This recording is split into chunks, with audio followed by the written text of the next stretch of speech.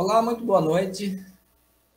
Obrigado por nos receber aí nos seus lares. Nós estamos iniciando na sequência a nossa palestra Reforma Íntima. Por enquanto, nós vamos só bater aqui um papinho. Vou dizer para vocês, se quiserem deixar um copo de água para a gente fazer a frutificação no final. E também, se quiserem fazer perguntas, pode ir colocando aqui pelo chat, que nós vamos respondendo na sequência, né? Vocês também, eu queria dizer só, nós não vamos fazer a prece, mas queríamos desejar aí que a paz de Jesus possa estar em nossos corações, nos corações de todos aí que nos recebem em seus lares, nos seus lares, e vamos pedir também a Jesus e os seus mensageiros que possam abençoar aqui a nossa palestra, que ela possa ser útil, fazer reflexões positivas que nos ajudem a melhorarmos perante esta encarnação. E vamos pedir especialmente para o Ivandro, que aqui está, para que ele também possa trazer todo o trabalho que ele preparou, e sabemos que tem bastante trabalho envolvido nisso. Então, dito isso, vamos então, que já está dando 8 horas, né? Hoje é dia 5 de agosto, e nós vamos então iniciar. Já estão entrando algumas pessoas, o Silvio Rochel Avancini. Olá, Silvio, boa noite. A Sueli Galego, sempre presente também. E o pessoal vai entrando aí na sequência, né, Ivandro? É bom dar uns minutinhos para o pessoal ir entrando, né? Sim. E vamos aguardar que o pessoal possa participar. Bem, a verdade é que é um termo bem, assim, causa um pouco de polêmica, um pouco de reserva, né? O fato, quando se fala em reforma íntima. Mas eu tenho certeza que com a palestra de hoje vai ser desmistificada muitas coisas. O Ivandro, ele é bem flexível nos seus comentários, sabe colocar muito bem. Certamente que vai ser muito interessante. Ó, também está entrando aqui a Elaine, a Andréia Faria, a Sônia Leite, o Nelson Pique, legal, olá Nelson, a Nancy FG, focinho gelado, o Claudinei Celestino,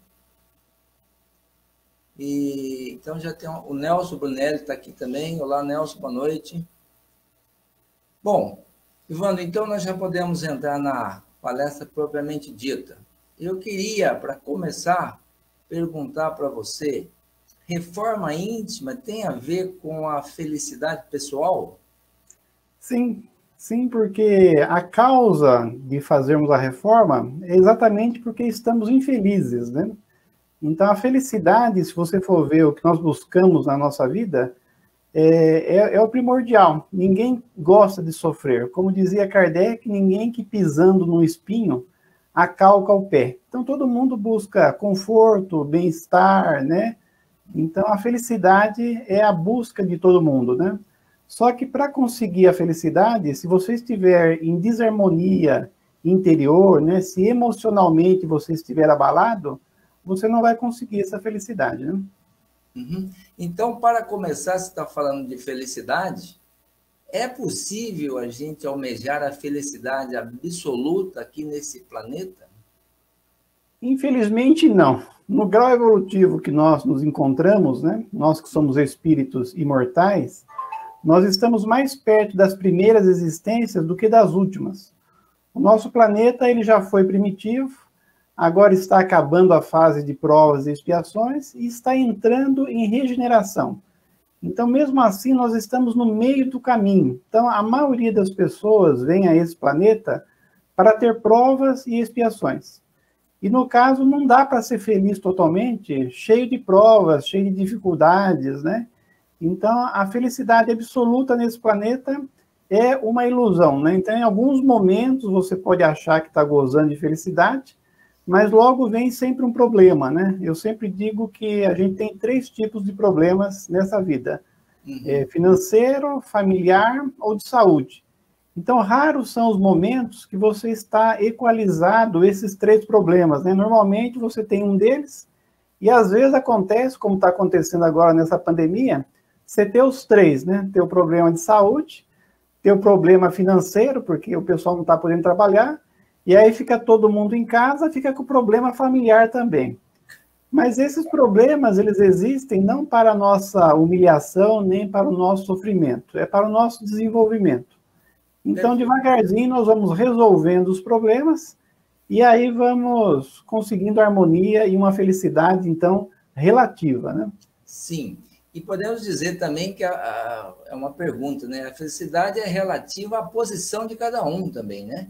É, exatamente, né? É relativa porque, por exemplo, se você ganhar 10 mil por mês e você for mandado embora e arrumar um emprego para ganhar 5 mil, você vai ficar infeliz. Sim. Só que uma pessoa que ganha o salário mínimo, se ela tiver uma promoção e ganhar 2 mil, 3 mil, ela já vai ficar contente. Então, às vezes, o que basta para um para a felicidade não é para o outro. Então, conforme o contexto que você está inserido, né, a classe social que você estiver, existem mais necessidades, e quando você não satisfaz essas necessidades, você se acha infeliz. Mas o Livro dos Espíritos, ele diz que seria, até acho que você ia perguntar isso também, né, da questão aí de se tem uma felicidade em comum para todo mundo, né? Sim. E, no caso, se você for ver, em relação ao material, seria a posse do necessário. Então, tudo que é supérfluo, você não precisa materialmente. Então, por exemplo, você pode tomar um café da manhã com suco de laranja, com caviar e várias coisas. Mas se você tiver um café com leite com pãozinho, já é um café da manhã. A refeição, se você tiver uma refeição humilde, arroz, feijão, salada e um bife, tá ótimo. Mas tem pessoas que querem muito mais do que isso, né? Então, não precisa. Mas o problema não é satisfazer a parte material, né? Seria, para a moral, a consciência pura e a fé no futuro é que dá a paz na consciência. E isso é difícil. Então, você só vai ter esperança e confiar no futuro se você estiver fazendo um bom presente. Então, se você não tiver ética, não tiver moral, você não vai acreditar no futuro. E também, se você fizer coisas erradas, você não vai ter a paz na consciência. Aliás, se você for procurar uma coisa para conseguir nessa vida, o ideal seria, primeiro, a paz. Porque se você tiver paz, se a sua consciência estiver tranquila, você vai ter saúde. Tendo saúde, você trabalha. Trabalhando, você cuida dos seus. E aí você consegue a felicidade, né? É isso mesmo. Bom, então essa pergunta, qual é a medida da felicidade comum, foi respondida agora. E agora a gente poderia perguntar, por outro lado, qual a maior causa de infelicidade atualmente? Então, está relacionado com as respostas anteriores, né? Porque o homem moderno, ele procura mecanismos escapistas em vãs tentativas de fugir das aflições. Quer dizer, ele quer fugir das aflições, mas muitas vezes é um mecanismo escapista, né? Transferindo para setores do êxito exterior, né? Do aplauso e da admiração social. Quer dizer, a pessoa, ela acha que felicidade é ela conseguir as coisas materialmente. Então, ela se entulha de coisas no mundo material, mas muitas vezes isso não lhe traz a satisfação íntima, né? Então, as realizações externas, que é conseguir as coisas materiais, elas podem acalmar as ansiedades do coração, momentaneamente, mas não erradicá-las, razão porque o triunfo externo não traz a paz interior. Então, é ilusão do homem ele ser feliz procurando só as coisas materiais. Principalmente porque, muitas vezes, para conseguir as coisas materiais, egoisticamente, né, levando só o lado do interesse pessoal, ele prejudica as outras pessoas. Então, se você ficar rico, por exemplo, você pode ficar rico, mas à custa de explorar as outras pessoas, subjugar as outras pessoas, você até fica rico, então você fica bem materialmente, mas a paz na consciência que nós comentamos antes, você não vai ter. Então, não adianta, você consegue uma felicidade material, você pode até ser invejado pelas outras pessoas, né? Quem vê você vai te chamar de bem-sucedido, né? Que você venceu na vida, mas intimamente você é um fracassado, né? Intimamente você não tem a paz, que é a verdadeira felicidade. Isso que é o problema. A verdade, se nós formos ver mesmo, é como diz o dito popular, né? A verdadeira felicidade é colocar a cabeça no travesseiro e dormir tranquilo, né? Exatamente. Até o Bial, né, uma vez, televisão também é cultura, né? Ele falava exatamente isso que eu disse para trás e você está confirmando agora, né? Que o mais importante é a paz. Por isso, quando você, no final do ano, vai desejar alguma coisa de bom para a pessoa, diga o que diz os evangélicos, né? Que a paz de Deus esteja em seu coração. Porque se você tiver a paz, você vai ter a saúde, vai trabalhar e vai dar tudo certo. Então, a paz realmente é o que mais deveríamos buscar e que garantiria a nossa felicidade verdadeira, né? Aqui e no plano espiritual também. No plano espiritual. Evandro, agora a gente vê muitas pessoas preocupadas com as leis que são feitas, né, para controlar a população, as pessoas, e muitas vezes a gente vê pessoas que ficam muito preocupadas em mostrar uma imagem de correto, de pessoa certa, né? E desde que esteja bem com a sociedade, desde que esteja bem com a lei, tudo bem. Mas, na verdade mesmo, eu estou fazendo isso só para embasar a pergunta que nós vamos fazer agora. Sim. Na verdade, quem é que julga os nossos atos? Então, os religiosos, eles tendem a falar muito de Deus, né? Então, eles dizem, Deus vai estar me olhando, Deus vai estar me julgando. Na verdade, essa ideia de Deus nos controlando, nos julgando, dando conselho objetivamente, é que nós fazemos Deus a nossa imagem e semelhança. Então, não é que Deus fez nós a imagem e semelhança dele, nós fazemos Deus a nossa imagem. E quanto mais nós progredimos e elevamos o nosso pensamento, né, nós descobrimos que são as leis divinas que naturalmente respondem pelos nossos atos. Então, Deus não é uma pessoa que está ali nos julgando, nos controlando. Ele fez as suas leis, leis sabiamente estabelecidas de todos os tempos, as leis são eternas, e automaticamente sempre a gente é julgado, não por ele, mas por nós mesmos. Existe um texto de Herculano Pires que se chama A Justiça Divina, e eu vou colocar ele aqui para nós vermos a beleza, né, dessa visão do Herculano, de que quem nos julga é a nossa consciência, né? Então ele diz assim... Acho que eu tenho ele aqui, aquele que você nos mandou aqui. Sim, é Justiça Divina. Veja. Quer colocar aí, eu vou lendo? Olha aí. Isso, eu vou lendo, se você quiser indo para baixo, né, fique à vontade. O homem é o seu próprio juiz, no aquém e no além. Ninguém lhe pede contas do que fez, mas ele mesmo se defronta com a imagem do que foi e do que é. Então, automaticamente, a nossa vida sempre é o que nós fazemos dela, não que alguém esteja nos julgando. É uma coisa natural, como dizia Jesus, a cada um segundo as suas obras. Certo. Essa a infabilidade da justiça divina. O tribunal de Deus está instalado, então, na consciência de cada um de nós e funciona com a regularidade absoluta das leis naturais. Não somos julgados por nenhum tribunal sobrenatural, mas pela nossa própria consciência. Então, sempre que nós erramos, naturalmente, nós sentimos as consequências, ou fisicamente, ou emocionalmente. Aliás, se não tivesse esse termômetro sempre mostrando que nós erramos, né? Se nós não tivéssemos esse desconforto, alguma coisa dando errado, nós faríamos as coisas erradas, mesmo porque, muitas vezes, as coisas erradas, elas nos trazem um conforto, né? Os vícios, por exemplo, né? mesmo não trabalhar é gostoso, ao contrário, trabalhar é difícil. Mas sempre que você foge às leis divinas, e podemos dizer que fugir às leis divinas é quando você pensa só em você e não pensa nos outros, vai dar problema. Então, aí ele continua dizendo, daí a fatuidade dos julgamentos religiosos, das indulgências e sacramentos. Deus, o existente, partilha conosco as provas existenciais.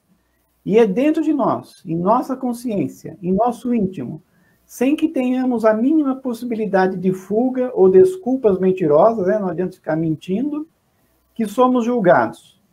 Mas tem a parte da misericórdia, né? Mas a justiça de Deus, se é rigorosamente precisa, quer dizer, se ela é justa, é também revestida de misericórdia.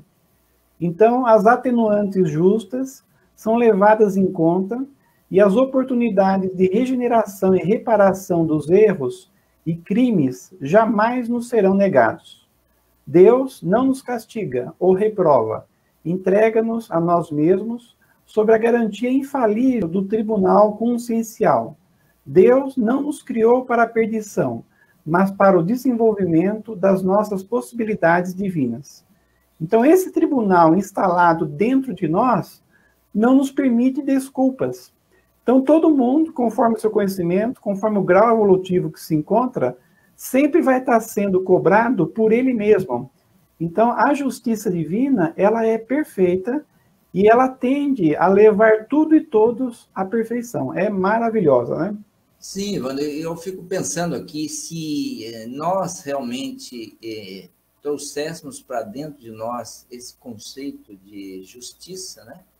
Se nós entendêssemos que a nossa consciência que está julgando nós a todo momento, que maravilha seria, né? Nós precisaríamos fazer as coisas escondidas de ninguém, né? Ou então nos preocupar com a lei. Nós temos que preocupar com só os nossos atos, que independente se os outros vão ver ou não vão ver, a nossa consciência vê e anota tudo, né?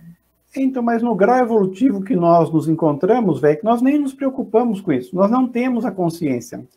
Então, o que acontece é que a maioria das pessoas encarnadas nesse planeta, mais perto das primeiras existências, o que as guia é o interesse pessoal e o egoísmo. Então, ela não está pensando nos outros, ela está pensando só nela. Só que conforme o grau evolutivo que ela está, vai dar problema. Então, se a pessoa está nas primeiras existências, não tem tanta responsabilidade, a consciência não vai cobrar tanto. Sim. Até André Luiz, em um dos livros, ele diz uma coisa muito bonita.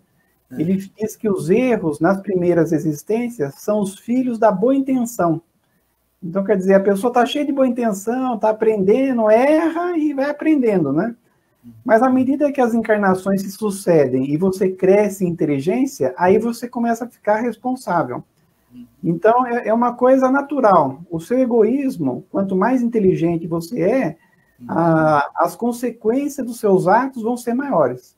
Então, como eu disse para trás, a gente só acabamos nos melhorando porque mais inteligentes nós vamos ser mais cobrados, né? E aí, sofrendo, você acaba se animando para não errar mais.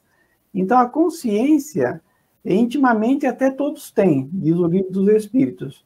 Mas você praticar depende das consequências que você está colhendo. Então, se você não é muito elevado, não tem tantas consequências negativas, que você está aprendendo. Mas à medida que você vai progredindo, e eu acho que todos nós nesse planeta estamos nessa condição, tudo que nós fazemos, nós temos que nos responsabilizar. Mas é pelo grau evolutivo que nós estamos, né? Já adquirimos muita inteligência e não somos mais ignorantes. É por isso que a consciência hoje, ela reprova muito as pessoas, porque elas sabem melhor o que tem que fazer, né? Hoje o cristianismo está muito difundido, né? E a base da doutrina cristã é amar a Deus sobre todas as coisas e ao próximo como a si mesmo. E quem ama ao próximo não fere, não prejudica. Eu acho que hoje é difícil dizer que a pessoa não tenha nenhuma consciência do erro. Eu tenho um amigo que frequentava lá as nossas sessões lá nas quartas, que ele dizia que todos têm essa consciência, até de forma exagerada. Não é assim que todos têm, né? Mas eu acredito que uma boa maioria... No Livro dos Espíritos diz que até as crianças têm. Então. Porque diz que o tribunal consciencial está dentro de nós. Tá? As leis divinas, elas estão dentro da consciência de cada um. Uhum. Então, se você pegar uma criança de 5 anos, ela quebra um copo, por exemplo. Aí você chama a atenção dela. Você acha que ela não sabe que não deveria quebrar o copo? Sabe, né? Sabe? Então, intimamente, é por isso, que essa consciência dentro de todo mundo, que todos nós somos bons para dar conselho. Então, se você perguntar alguma coisa para mim, eu vou saber tudo. O problema é que eu não pratico o que eu falo, mas saber, eu sei, né? E é lógico, como você disse, Jesus, né? Ele nos trouxe essas leis de uma maneira clara, objetiva, maravilhosa, né? Então, aliás, todos os religiosos de todos os tempos, eles trazem as mesmas verdades. Mas, mesmo que você não tenha acesso ao que disse Jesus e outros religiosos, vai estar dentro da sua consciência. Por isso que você não pode reclamar. Então, se não tivesse dentro de você, a educação, a religião, ela dependeria da educação. Então, só se alguém falasse que você ia saber. Mas não é assim que acontece. Mesmo que ninguém fale nada para você, pelas muitas existências que você já tem, né, você já sabe o que é certo e o que é errado. Bom, mas eu vou continuar sonhando aqui, né, que hoje a gente tem leis rigorosas, né, exatamente para punir, para limitar os comportamentos excessivos humanos ou errados, e a maioria, ou a grande parte, ainda se compraz em furá-las, né, em não cumpri-las, né? E vai chegar o dia, evidentemente, que nós não vamos precisar dessas leis, né? Nós vamos buscar na nossa própria consciência, e as leis, evidentemente, vão ser mais brandas, porque não vão precisar ficar julgando. Mas no grau que nós estamos, você só melhora, Vec, de um jeito, se você sentir no bolso. Então, se você for punido materialmente, aí você aprende. Aí pesa, né? Eu tenho uma amiga, ela foi para a Europa, e lá, para você andar de trem, você não precisa de mostrar passagem. Você não passa por catraca, nada, você só pega o trem. Sim. Só que tem lá um aviso, né, que se for pedido para você a passagem e você não tiver, você paga 100 euros de multa. E aí ela, brasileira, né, não pagou uma passagem um dia lá. Aí justo naquele dia passou lá um representante do trem, perguntou, só tem passagem? Ela falou, não. Ela foi levada na polícia e foi dado o comprovante para ela pagar, o boleto. Não precisou pagar na hora. E aí ela não pagou, como era muito caro, ela não pagou. Aí quando ela chegou no aeroporto, novamente ela foi presa, e aí foi dito, ela só tem uma dívida, enquanto ela não pagar, a senhora não sai Só esqueceu de pagar, eles são muito delicados, né? Só esqueceu de pagar, só que tem um porém, se a senhora não pagar, a senhora vai presa mesmo, né? E não vai poder sair do país, nós vamos ter que ir na embaixada, aí ela pagou, né? Então, nesse momento que nós estamos, como eu disse, quando você sofre, você aprende. Uma coisa boa que está acontecendo na China, diz que na Alemanha já está assim, nos Estados Unidos, não colocam em prática, mas principalmente na China estão colocando em prática, não sei se você sabe, eles têm lá milhões de câmeras, isso já está desde 2008, é uma coisa velha já, mas agora está a todo vapor. Então eles têm um reconhecimento facial com câmeras espalhadas pela China inteira, e tudo que você faz de errado, na rua, por exemplo, se você passa o sinal vermelho, né, o pedestre passa fora da faixa, se você joga um papel no chão, e tem o controle também digital, né, se você não paga uma conta, tudo isso vai tirando pontos de você. E aí, quando você fica com pontuação baixa, um monte de coisa você não pode fazer. Então, por exemplo, você vai num cinema, você não pode ir no cinema, porque você não tem pontuação. Viajar também, quanto menos pontos você tem, você não pode viajar muito. Você não vai preso, mas fica limitado, você não pode pegar um trem para um lugar mais longe, avião, então nem pensar. No primeiro momento, eu li isso na revista Super Interessante, vai ser negativo, porque os governos vão usar esse grande irmão que eles falam, né, que é o Big Brother, para satisfazer os interesses dele e vigiar a população. Mas, como você começou a dizer, eu acho que no futuro, um futuro até bem próximo, as pessoas vão ser bem controladas e quando elas não fizerem o que tem que fazer, vai dar problema. Elas vão sentir no bolso, elas vão ser tolhidas no seu livre-arbítrio e aí ela melhora. E quando ela melhorar, ela vai ver que é bom se não jogar papel. Estão ajudando a nossa consciência, estão fazendo o que a nossa consciência faz, registra tudo, né? Então, num primeiro momento, você vai ser obrigado, porque senão você sofre materialmente, mas depois você vai gostar, porque é gostoso você viver num lugar que todo mundo se respeita, ninguém faz o mal para ninguém, né? Então, eu acho que com essa tecnologia que nós estamos desenvolvendo, vai contribuir para o nosso desenvolvimento moral também. Também, com certeza.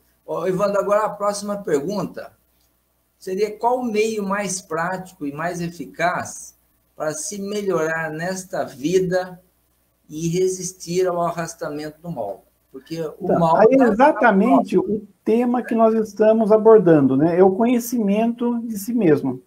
Então, quando você conseguir fazer essa viagem para dentro de si e se conhecer, você vai, num primeiro momento, descobrir os seus defeitos, o que você tem que melhorar, né, as suas más tendências, vai descobrir também as suas virtudes. E aí você vai poder melhorar.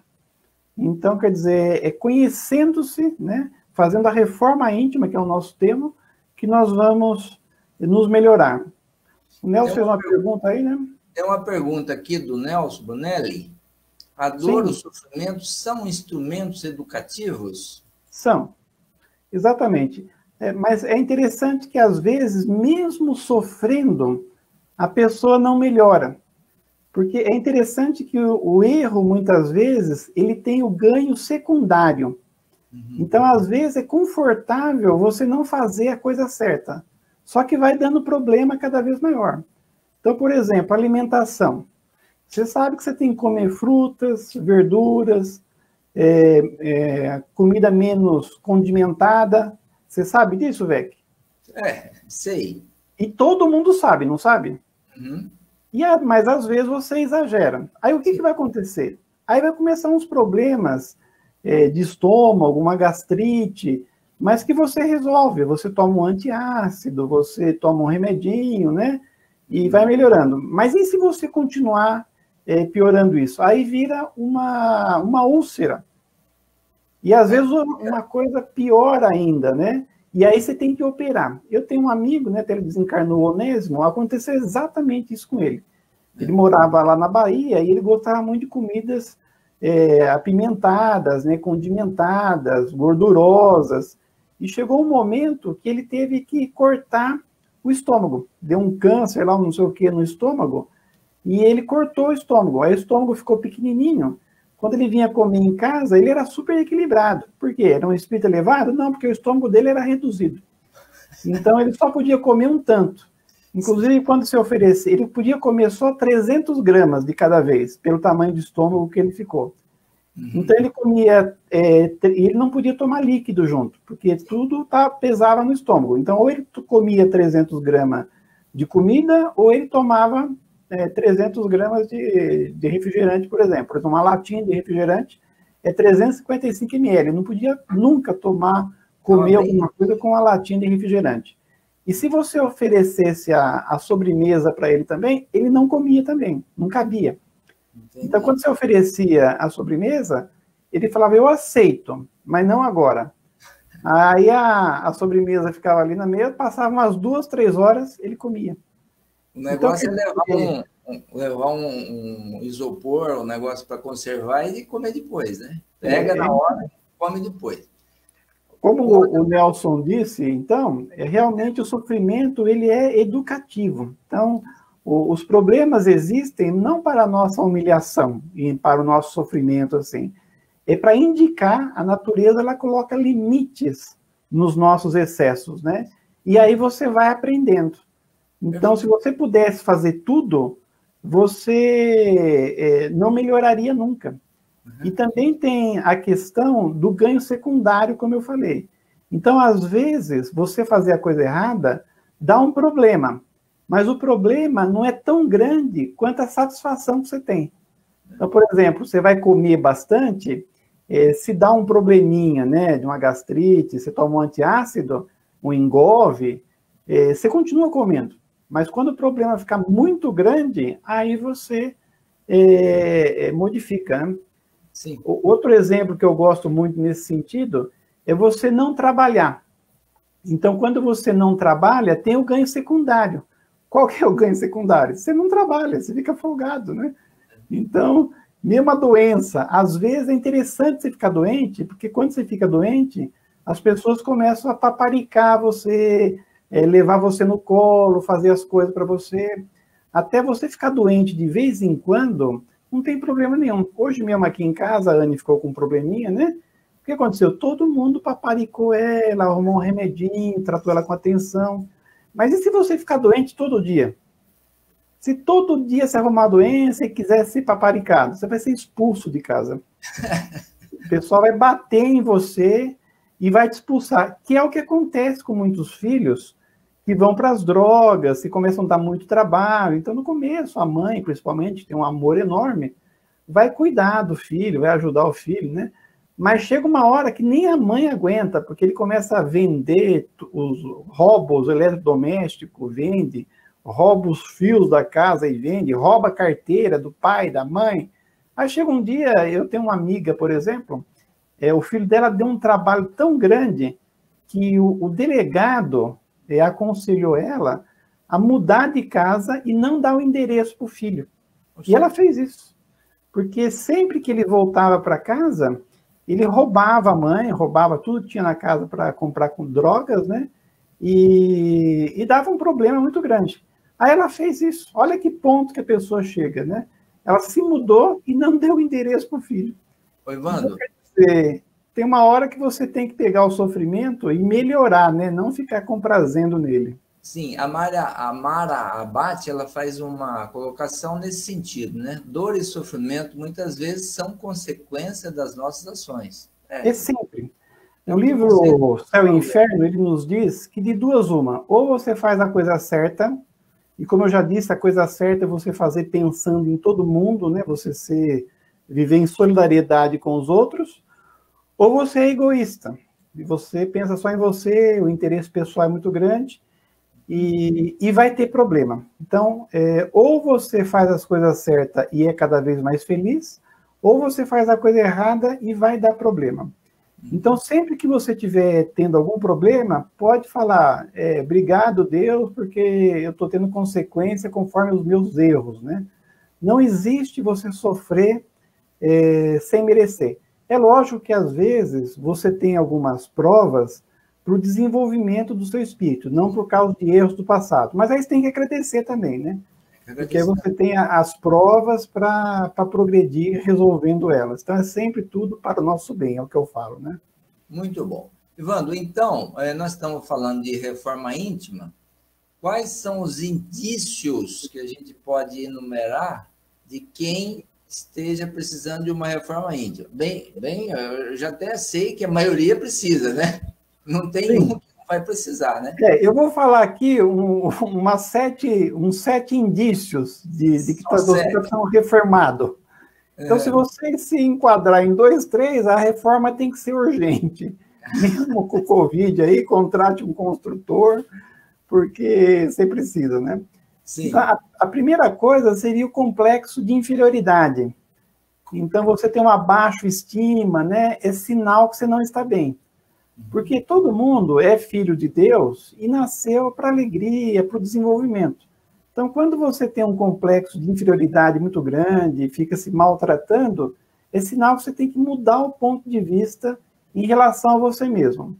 Outra coisa também, que seria ao contrário, mas é negativo, é o narcisismo. Então, você ficar achando que é a última bolacha do pacote, né? Por exemplo, se alguém te trata mal, você fala, você sabe com quem você está falando? Até esse negócio, você sabe com quem está falando? Eu trabalhei com o público, né? Então eu já conversei com várias pessoas, escutei vários casos, né? E essa minha cliente, ela trabalhava no aeroporto e ela atendia às reclamações das pessoas. E um dia ela falou que ela foi agredida por um juiz, porque ela estava lá, né, atendendo as pessoas, tinha uma fila. Aí veio um juiz e falou, olha, eu estou com um problema no meu voo e eu queria ser atendido na frente das outras pessoas. Ele falou isso aí, diretamente, né? Aí ela falou, mas não pode, né? Eu tenho uma lei aqui para seguir, né? Que eu tenho que atender a ordem da fila, né? Então não dá para fazer o senhor furar a fila. Ele falou, não, mas eu sou um juiz, tal, e falou o nome dele, né? Aí ela falou, não conheço o senhor, né? Ela falou, mas você não sabe com quem você está falando? Aí ela pegou o microfone, que ela também que dava o aviso lá para o aeroporto, e falou que tinha uma pessoa lá que não sabia quem era. E aí ele ficou muito nervoso, tentou agredir ela, né? Então as pessoas narcisistas que se acham especiais, né, estão com problema, porque mesmo que você tenha condição financeira, mesmo que você tenha um cargo muito importante, você merece respeitar os outros, né? Então, um narcisismo muito grande é sinal de que tem que melhorar alguma coisa. A agressividade também denota muito desequilíbrio, né? Então, sempre que você... Oi? Eu não entendi a que você falou, o terceiro. Agressividade. Agressividade. Então, sempre que você sai do seu tom de voz natural e migra para a agressividade, né, é sinal também que você está precisando de uma reforma, não é normal, né? Por maiores problemas que você tenha na vida, você tem que resolver tudo de uma maneira civilizada, né? Uhum. Eu uma vez estava escutando uma palestra do como é que ele chama? Esqueci o nome dele. Milton Felipe. E ele fez uma coisa muito boa na palestra, sabe? Ele trata temas muito polêmicos. E aí um jovem lá no meio da palestra começou a criticar ele, sabe? Mas de uma maneira agressiva, violenta, sabe? Meteu a boca nele, né? Aí ele falou assim pro rapaz, ele sabia até o nome do rapaz, ele falou, fulano, faz uma coisa para mim. Ele falou, o quê? Segura a metralhadora aí. Quer dizer, para de querer me matar, né? Porque é bem isso mesmo, né? Sempre que você está agressivo, parece que você está com uma metralhadora querendo matar os outros. É sinal que você está precisando de uma reforma também. Não é uma coisa normal. A culpa também, Vé, que é uma coisa que mostra muito desequilíbrio. Aliás, muitas vezes a culpa é um mecanismo de fuga de uma pessoa infantilizada. Então ela fica se culpando, né? Que ela fez isso, que ela fez aquilo, mas na verdade ela quer fugir da ação. Então é cômodo, às vezes, eu ficar me culpando, mas eu não faço o que é necessário para eu me equilibrar. Sim. Então é sinal que você precisa de reforma também. Sim. Quem é mais equilibrado e não precisa de reforma, ele não tem essa questão da culpa. Ele, é lógico, conhece os seus erros, né? É o tema que nós estamos tratando. Você vai saber que você, por exemplo, errou, mas ficar se culpando ou reclamando é uma perda de tempo. Mesmo a timidez, muitas vezes, é sinal de desequilíbrio. É lógico que tem pessoas que são mais introvertidas, né? Isso é natural, outras falam mais, mas a timidez, muitas vezes, é um escudo para você não fazer as coisas. Então, você sempre fica tímido e não faz as coisas. Porque você vê pessoas tímidas como o Chico Xavier, por exemplo, mas na hora de falar, falava. Então, você vê uma irmã Dulce, humilde, quietinha, né? Mas na hora de falar, falava. Então, quando você fica muito tímido e se retrai muito, é sinal que está precisando de reforma. Tudo precisa de reforma. E tem também a depressão, o TOC, que é o transtorno obsessivo compulsivo, né? A tristeza profunda, aí os problemas mentais, né? Que aí já seria uma coisa patológica mesmo, que todo mundo vê de uma maneira ostensiva. Mas, resumindo, esses seriam os indícios que precisamos de uma reforma. Sim, a gente sabe que, de alguma forma ou outra, todos têm alguma coisa, né? Ou mais forte ou menos forte. Evidentemente, se a pessoa quiser buscar a sua melhora, sempre tem aonde trabalhar, né? Essa é a verdade, né? E como nós comentamos, a questão é que se você tem os problemas e você está num grau evolutivo intelectual, né, que permite você não fazer aquilo, vai dar problema. Então, se não desse problema nenhum, você continuaria fazendo as coisas erradas. Mas a questão é que o desconforto emocional e mesmo físico que você vai experimentar, de você não eliminar esses indícios que nós colocamos aqui, vai ser muito grande. Então, é como o governo chinês lá obrigando as pessoas a fazer a coisa certa. Então, mesmo que o governo aqui no Brasil não nos obrigue a fazer as coisas, o universo e a vida nos obrigará, porque a nossa vida vai começar a dar muitos problemas se você não fizer o que você tem que fazer. Sim, Evandro, a Nancy do FG aqui, ela tinha feito uma colocação, nós deixamos passar. Acho que foi respondido, talvez. Ela colocou, mas acho que também pensar apenas no próximo pode gerar um desgaste consigo mesmo. Nós fazemos o que está ao nosso alcance. Eu acho que ela está querendo dizer que a gente, às vezes, não tem que preocupar demasiado com os outros, né? Não, ela está certa no sentido que você se preocupar com o próximo tem um limite. Sim. Até nós vamos falar disso para frente, né? Uhum. Então, você tem uma responsabilidade para com a sua família, para com o seu subalterno, mas você tem que tomar cuidado, porque às vezes as pessoas abusam da nossa bondade, né? Uhum. Então, a pessoa equilibrada, ela fala não. Sim. Então, você não pode falar sim para tudo, amém para tudo. Aliás, quando a pessoa é seu subalterno, seu filho, é mais caridade, às vezes, você falar não e colocar limites do que você dar tudo para a pessoa. Sim. Então, quando você discute essa questão de você ser bom, de você ser religioso, muitos interpretam que você vai ser bonzinho e vai fazer tudo que as outras pessoas querem. Não. Quando você começa a ter uma certa consciência das leis divinas, você começa a falar mais as verdades para os outros, não por maldade, porque aí seria uma coisa ruim, mas para o bem delas. Sim. Então, a Nancy está certa que você tem que ter um limite de ajudar os outros. Às vezes, ajudar os outros é falar não e limitar as coisas. Os filhos, por exemplo, né? Se você for dar tudo que seus filhos querem, você vai estar criando um marginal, né? E também um parafuso de geleia, né? Como diz o Isamitiba. Porque quando a criança tem tudo muito fácil, ela não sabe lidar com os problemas. Então, você falar não, você colocar limite, você ensinar a criança a negociar, ela vai se desenvolver emocionalmente. Então, o caminho para ajudar os outros não é sempre fazer tudo o que eles querem, realmente é isso. O Claudinei Celestino colocou que para essa reforma íntima, não é, de certa forma, uma constante cobrança interior para o tempo todo se autoavaliar? Então, eu acho que nós vamos ver isso para frente, né, para a gente não se desgastar, né? Acho que até a próxima pergunta, né, para você não sofrer com a reforma íntima. Então, quando se fala em conhecer os defeitos, eliminá-los e desenvolver as virtudes, dá a impressão que vai ser uma coisa ruim. Mas é ao contrário. Se você não fizer a reforma e continuar com seus erros, né, o sofrimento vai ficar cada vez maior.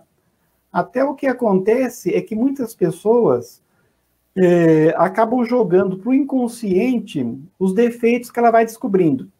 Então, você fala para ela, por exemplo, é sovina, né? Mão de vaca.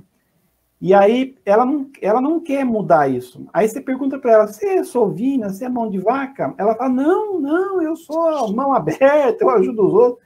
Ela joga para o exterior, para o interior, quer dizer, para o inconsciente. Mas você jogar para o inconsciente o que você já pode fazer, não altera a sua responsabilidade. Então, o que acontece com as pessoas que não fazem a reforma íntima é que elas vão escondendo de si mesmas o seu defeito, mas o defeito continua ali, e quando ele aflorar as consequências, vai ser como aquele estouro da barragem da Vale, né? Vai ser uma coisa catastrófica. Então, já você não escondendo seus defeitos, principalmente de você, e devagarzinho ir eliminando, vai dar trabalho, mas vai dar muito mais prazer e equilíbrio para você. Então, não fazer a reforma íntima é que pode te trazer muito problema. Fazer vai ser o melhor caminho. A Mara Abate, ela colocou, acredito que seja uma constante postura de alerta, ter consciência sempre da sua responsabilidade, orai e vigiai. Exatamente. Jesus disse orai e vigiai. Mas, como eu disse, para a pessoa que não quer fazer a reforma íntima, ela não ora e vigia. Ela joga tudo para o inconsciente. Sim. Então, o ideal seria ser como o escoteiro, né? Estar sempre alerta. Mas, na verdade, a gente acaba fugindo. Aliás, tem um capítulo, um dos livros de Joana de Ângeles, que ela diz que quando você está no plano espiritual, você tem uma consciência muito grande das suas responsabilidades. Mas quando você encarna, e aqui o mundo material tem as suas exigências, né? E você acaba acatando muito as exigências do mundo material, você fica numa espécie de alienação da sua realidade. Então você até tem condições de saber quem você é, da onde você veio e para onde você vai, né? Porque se você não tivesse essa responsabilidade, você não sofreria nada, né? Então, no fundo, você sabe tudo.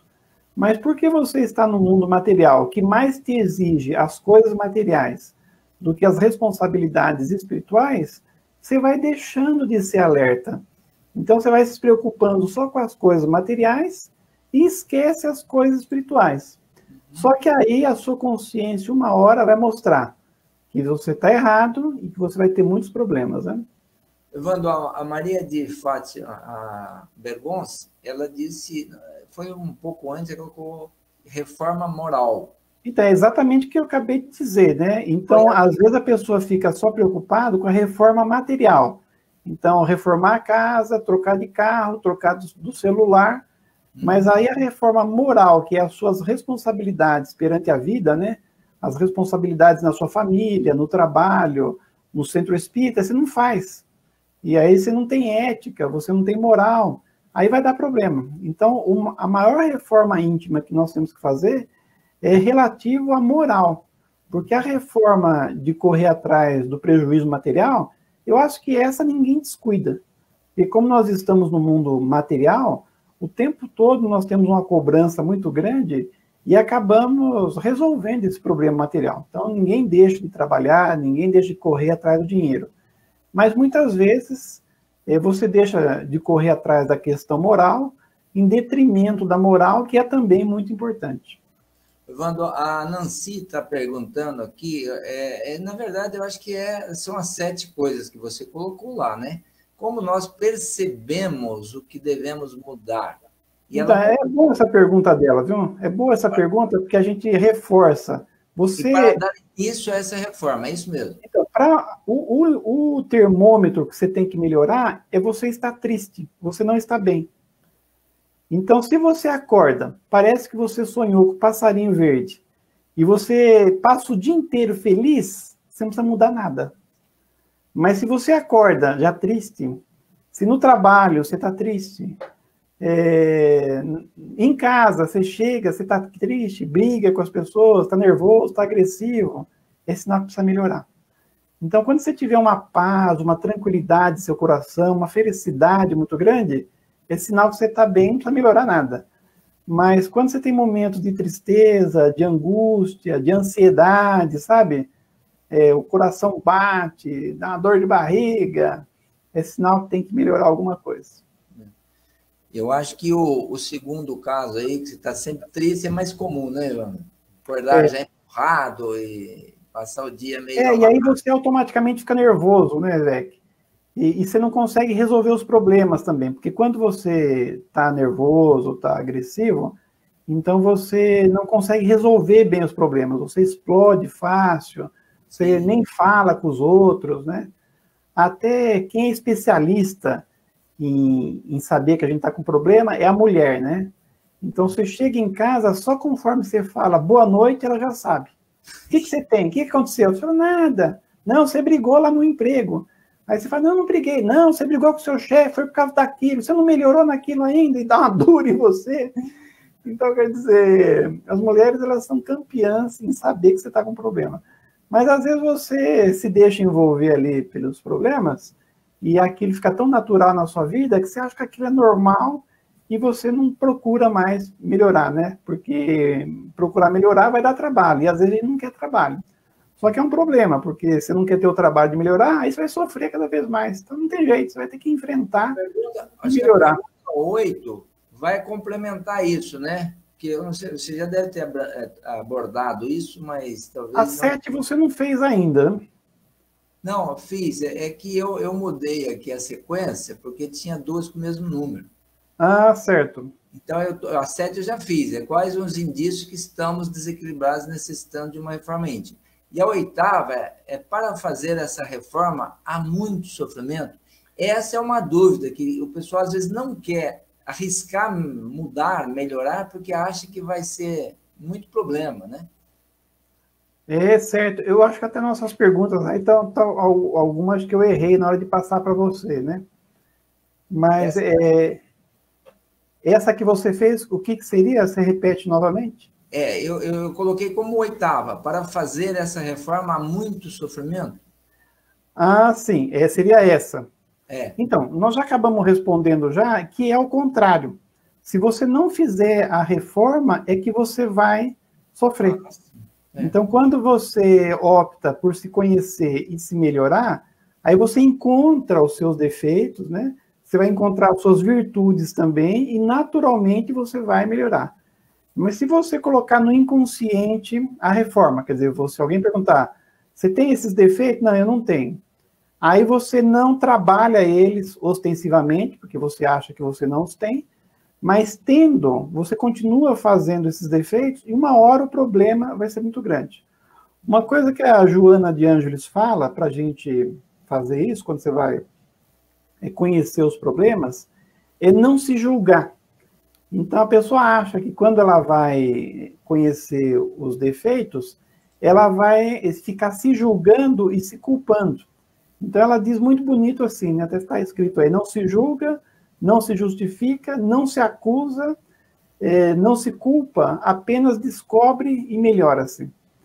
Então, quer dizer, a reforma íntima é você ter o conhecimento dos seus defeitos e planejar para acabar com eles. Eu até digo que é fácil, porque a vida inteira é feita para nós nos melhorarmos. Então, se você olhar ao seu redor, as pessoas ao seu redor, normalmente, elas têm virtudes contrárias aos seus defeitos. Então, sempre tem um monte de gente ao nosso redor, e eu, pelo menos, sempre identifiquei isso, né? Nos filhos, na esposa, mesmo pessoas que eu tive contato, com virtudes que podiam me ajudar muito a acabar com os meus defeitos. E mesmo o nosso trabalho, ele é sempre muito rico em oportunidades para nós desenvolvermos o que ainda não temos. Então, é comum a pessoa reclamar do serviço material que ela tem, mas se ela está tendo problema lá no serviço, é que ela ainda não é capacitada para resolver aqueles problemas naturalmente. Então, ela resolvendo esses problemas, ela vai melhorar. Então, muitas vezes, o que nós precisamos é só não reclamarmos da família que nós temos, do trabalho que nós temos, e enfrentarmos esses problemas, essas oportunidades que temos, para o nosso desenvolvimento. Aí você não vai sofrer. Mas se você ficar reclamando de tudo, né, como um ingrato, que está tudo ruim, que você não merece, aí esses problemas vão ter que se multiplicar mais ainda, porque você não se melhorou. Sim. Muito bom. Mais uma pergunta? Sim. O roteiro para fazer essa reforma? Aí eu acho que não foi abordado, né? Não, essa não. Essa até eu acho que é uma das mais importantes, né? Sim. Como você fazer esse conhecimento de si mesmo, né? A primeira coisa que foi dito para trás lá, para você não se preocupar diretamente com os outros, né? Quem que fez a pergunta? Aquela moça, né? Teve uma pergunta? Foi a Nancy que se preocupar demasiado com os outros. Isso. Então, aí seria o auto-amor. Então, a primeira coisa para nós nos conhecermos e crescermos é nos amarmos.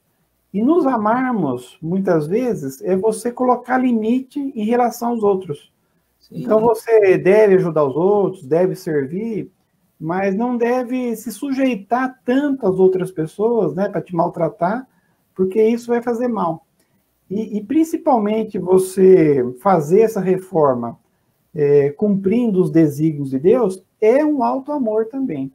Então, você não se melhorar é sinal que você está se autoflagelando, você está se maltratando.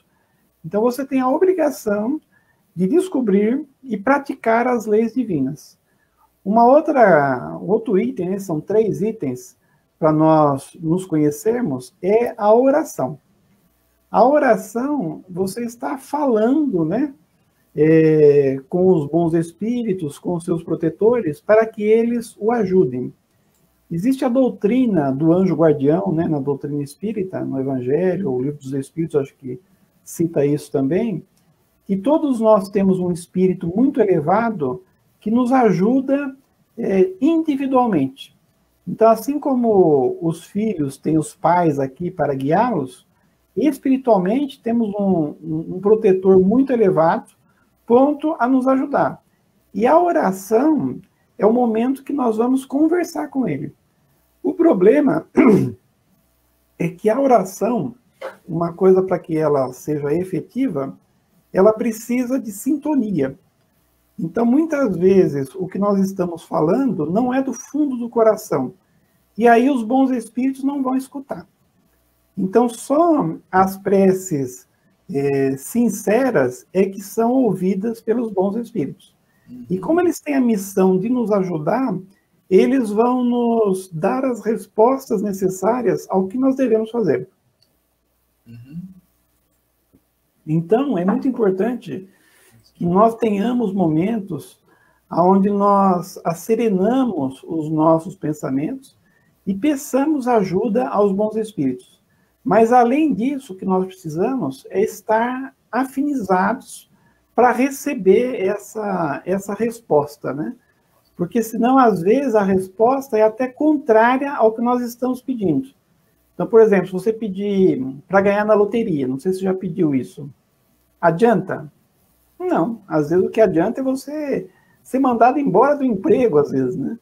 Então, tem um caso interessante de um senhor que aposentou, né? E quando ele trabalhava, ele era promotor público, ele dava uma vida muito boa para a esposa e ele tinha 3 filhas. Só que ele acabou educando mal, tanto a esposa, né, que era até um pouco fútil, né, e as filhas também. E quando ele desencarnou, as filhas já estavam todas com mais de 21 anos de idade, que já eram todas maiores de idade, né? E desencarnou não, quando ele aposentou.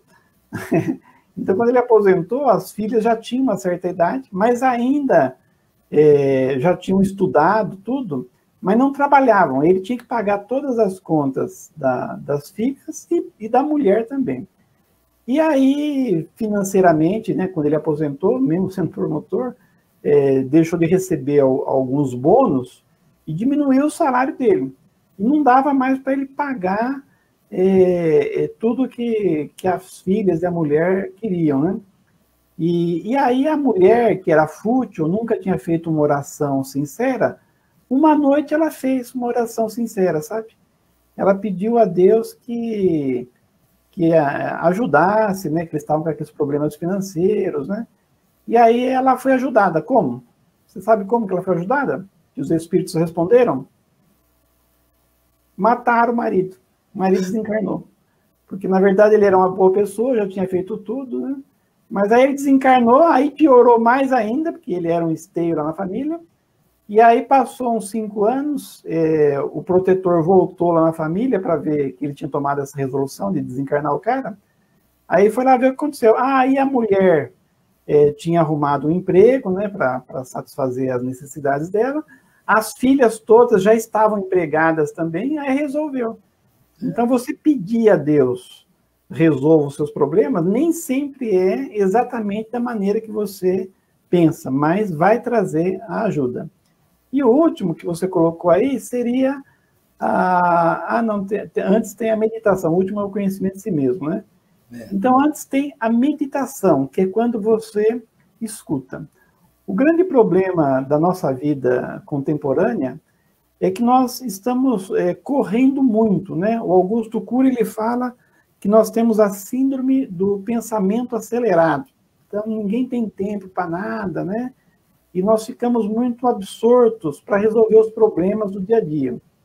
Então, antigamente, se você for ver o Homem das Cavernas, o único momento que ele tinha de estresse da vida dele é quando ele ia sair para caçar, né? Então, ele ou caçava, ou quando ele era caçado também, né? Ele tinha um estresse, porque ele tinha que correr do tigre dente de sabre na época, né? Que era um tigre enorme, e o dente dele tinha 50 centímetros de comprimento. Então, ou ele caçava o tigre, ou o tigre caçava ele. Mas depois ele ia para a caverna e ficava lá com a família, comia, tudo bem. Hoje em dia, com as necessidades da vida moderna, nós ficamos estressados o dia inteiro, às vezes. Às vezes você não dorme, preocupado com as coisas que você tem que resolver amanhã. Então, de vez em quando, você ficar estressado para resolver um problema, é bom, porque o estresse, o que o seu organismo faz quando você está estressado? Ele joga hormônios na corrente sanguínea, principalmente adrenalina, e joga também aquela questão do açúcar no sangue, né, para você ter a energia necessária para resolver o problema mais rapidamente. Então, quando você está em estado de estresse, você tem o cérebro avivado, a sua visão ela se dilata, né? E os músculos também, né, com os açúcares no organismo, ficam bem mais fortes também. Então, de vez em quando você entrar nessa questão do estresse, é bom, porque aí você fica com todas as forças necessárias para resolver o problema. Mas e se você ficar estressado 24 horas por dia? Aí essa carga de hormônios, né, de açúcares no organismo o tempo todo, acaba te desgastando. Aí dá um desgaste enorme. A meditação seria um momento para você se desprender desses problemas e você entrar em contato do alto. Não mais para pedir, mas para receber. Então, quando você consegue acerenar os seus pensamentos e descansar a sua mente, você foge do estresse e fica mais apto a escutar a resolução para os seus problemas. Às vezes até não dos bons espíritos, mas de você mesmo. Então aí você vai ter mais lucidez para resolver os problemas. Quando se fala de meditação, nós lembramos daquela meditação clássica, né, oriental, que você fica ou recitando um mantra, né, assim, ou, né, até quando eu falo disso, eu lembro da Maristela, que ela fez um curso de massagem em São Paulo, e lá teve também o desenvolvimento da meditação. E aí eles ficaram 5 minutos no mantra, que era o 5 minutos direto. Aí a professora falou, olha, agora vamos mudar o mantra, nós vamos fazer o A1. Aí um levantou a mão lá e reclamou. Ah, professor, agora que eu já tinha decorado primeiro, nós vamos passar para esse aí totalmente diferente. Então, a meditação oriental, ela é assim, né? Você fica concentrado num som, né? Numa água ou na respiração. Mas a ocidental, Herculano falava disso, Joana de Ângeles fala disso, ela pode ser muito mais prática. Então, até hoje em dia, a gente fala da meditação mindfulness. Já ouviu falar? Mindfulness? Mindfulness, em inglês, não sei se a pronúncia é essa, né? Mas a tradução é atenção plena. Então, se você for fazer alguma coisa do seu cotidiano sem pensar nos problemas, já é uma meditação. Então, por exemplo, se você for caminhar e você só ficar olhando as árvores, as pedrinhas no chão, as flores, a sua respiração, não pensar em problema nenhum, já é uma meditação. Se você for arrumar a cozinha, o exemplo que eu sempre dou, pensar só no prato, né, na espuma, né, você já está meditando também. Mas normalmente o que a gente faz? Quando você vai caminhar, você caminha correndo, porque você não tem muito tempo, você já vai pensando nos problemas. Você vai para a academia e fica pensando nos problemas o tempo todo, não consegue se concentrar lá nos exercícios. A cozinha em casa você vai arrumar, quando você vai começar a arrumar, você já reclama quem não arrumou a cozinha, quem deixou esses pratos aqui, não sei o quê. Ou arruma a cozinha batendo tudo, né? Você não curte nada. Então, se você pegar os seus afazeres que você tem no dia a dia, ou tomar o banho, arrumar a cozinha, varrer a casa, e fazer isso com amor e com atenção, já vai ser uma meditação. Tanto a Joana também, quanto o Herculano, eles falam da meditação na hora da prece. Então, pela manhã ou pela noite, você se desprender dos problemas, fazer uma revisão do que aconteceu durante o dia e, ao mesmo tempo, pedir à espiritualidade uma inspiração para você resolver os problemas. Então, você pensa nos seus problemas não de uma maneira negativa, mas procurando a solução e sintonizada com o plano superior. Dá certo também. Então, quer dizer, você sai daquela condição de vítima, de reclamão, de culposo, né?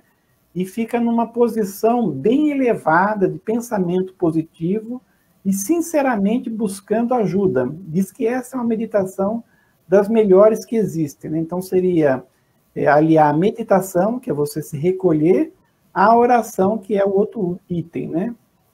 E, por último, né, que seria... O que você mostrou tem um item a mais, o meu não tem. O conhecimento de si mesmo, Ivan. O conhecimento de si mesmo, que seria o tema que nós estamos vendo. Na verdade, o conhecimento de si mesmo seria a consequência desses 3 itens, né?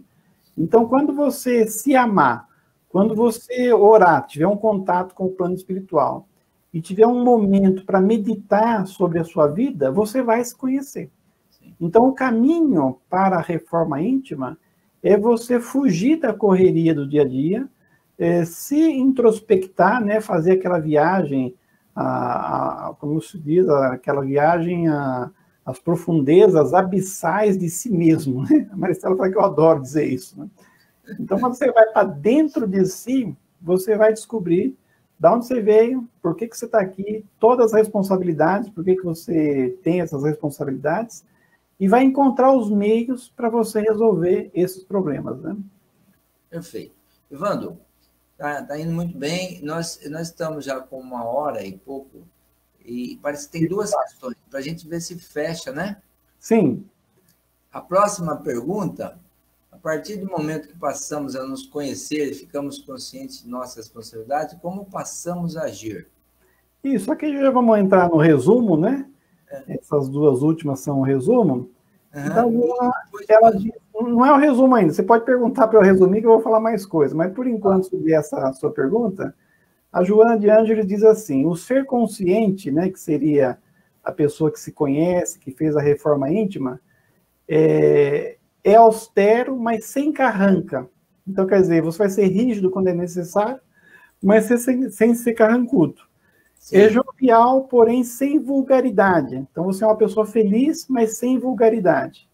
É complacente, no entanto, sem conveniência, né? Quer dizer, você compreende, tolera, mas não é conivente com os erros das outras pessoas. É bondoso, todavia, sem anuência com o erro. Então, a pessoa que se reforma, ela consegue esse equilíbrio, né? E assim passa toda essa calma para os outros. Perfeito. Muito bom, Evandro. E para finalizar, então, né? Agora Sim. eu vou procurar o meu slide aqui, tá? A última pergunta que nós ficamos você poderia, então, resumir tudo isso? Acho que foi bastante coisa que foi falado, muito interessante, né? O que você poderia finalizar aí com o resumo? Sim, o resumo é sempre bom, né? Nós podemos dizer que a reforma íntima, Vec, ela é uma experiência tão urgente quanto desagradável nas primeiras etapas. Mas de 2 uma, ou nos melhoramos, como eu disse, e somos cada vez mais felizes, ou sofremos, como está no Livro dos Espíritos. Podemos sofrer pelo mal que fazemos, pelo bem que não fazemos e pelo mal decorrente do bem que não fizemos. E eu queria encerrar com 2 frases, né, de 2 pessoas que eu admiro muito. A primeira é Jesus, que disse assim, os que perseverarem até o fim serão salvos. E outro cara que eu admiro muito também, não sei se vocês conhecem, é Allan Kardec. Ele disse assim, reconhece-se o verdadeiro espírita pelos esforços que faz para dominar as suas más tendências. Perfeito. E eu queria te dizer que eu cheguei quase em algum momento a lembrar essa passagem de Kardec. O que eu vejo disso é sensacional, porque ele não fala que você precisa ser perfeito, mas precisa que você esteja fazendo esforços para melhorar as suas más tendências. Exatamente. Então, o esforço não precisa ser muito rápido, muito radical, né? Precisa que você esteja buscando, e isso faz toda a diferença, né? Cada um faz no seu tempo, no seu valor, na sua intensidade, mas faça. O que não pode é como algumas pessoas que colocou que a gente ficar lá travado na nossa zona de conforto, né? Ah, eu tenho um conforto relativo aqui, eu não vou arriscar nada, mesmo sabendo que lá o conforto é muito superior, né? Muito bom, Vando. Eu acho que atingiu o objetivo, tá? Nós vamos avisar o pessoal que esse vídeo fica gravado na página do CE José Herculano Pires, aqui do Facebook. Também eu disponibilizo no meu perfil. Acho que o Ivandro deve disponibilizar também no dele. Você pode acessar a qualquer momento e ver a parte que te interessa ou que te chamou a atenção e assistir normalmente, porque o vídeo fica disponível no pacote lá, no todo, né? Bom, então, assim sendo, nós agradecemos a presença de todos, agradecemos muito o Evandro aí, e vamos fazer uma prece final para tanto, né, quem deixou a água fluidificada lá, separou a água, nós vamos também pedir a fluidificação. Convido todos a levar o pensamento a Deus, a Jesus, que mais uma vez possa estar aqui conosco. Primeiro, nós queremos agradecer pelo bom andamento dessa transmissão, por assuntos tão importantes que foram tocados, e pedir, Senhor, para aqueles que estão nos ouvindo, que desejem buscar a sua melhoria íntima, que o Senhor também possa tocar aí o seu coração e dar a força necessária, né? O desprendimento necessário, a consciência necessária para que esse seja o momento. E cada um busque aí fazer as pequenas reformas na medida que acha necessário. Para tanto, tenha também a proteção do seu anjo protetor, dos bons espíritos. E também, Senhor, pedir que mais uma vez a paz esteja no coração, esteja na mente, nos lares e nos afazeres de todos que nos acompanham. Mais uma vez, que se fortaleçam, aproveitem esse momento tão especial, tão diferenciado que estamos passando, e que possamos, então, buscar essa melhora, vencer as nossas mazelas, os nossos pequenos defeitos e colocar num grau melhor. Afinal, como foi dito aqui de forma muito bem explicada, nós só vamos ser mais felizes e sentir mais felizes se sentir que estamos buscando o nosso sucesso, a nossa melhoria, né? Porque essa é uma lei natural. Todos temos que evoluir. Então, mais uma vez, que possamos, então, todos nos sentir abençoados. E vamos agradecer a Deus, a Jesus, e vamos agradecer a todos. Muito obrigado. Obrigado. Obrigado, Evandro. Boa noite a todos. Até a próxima.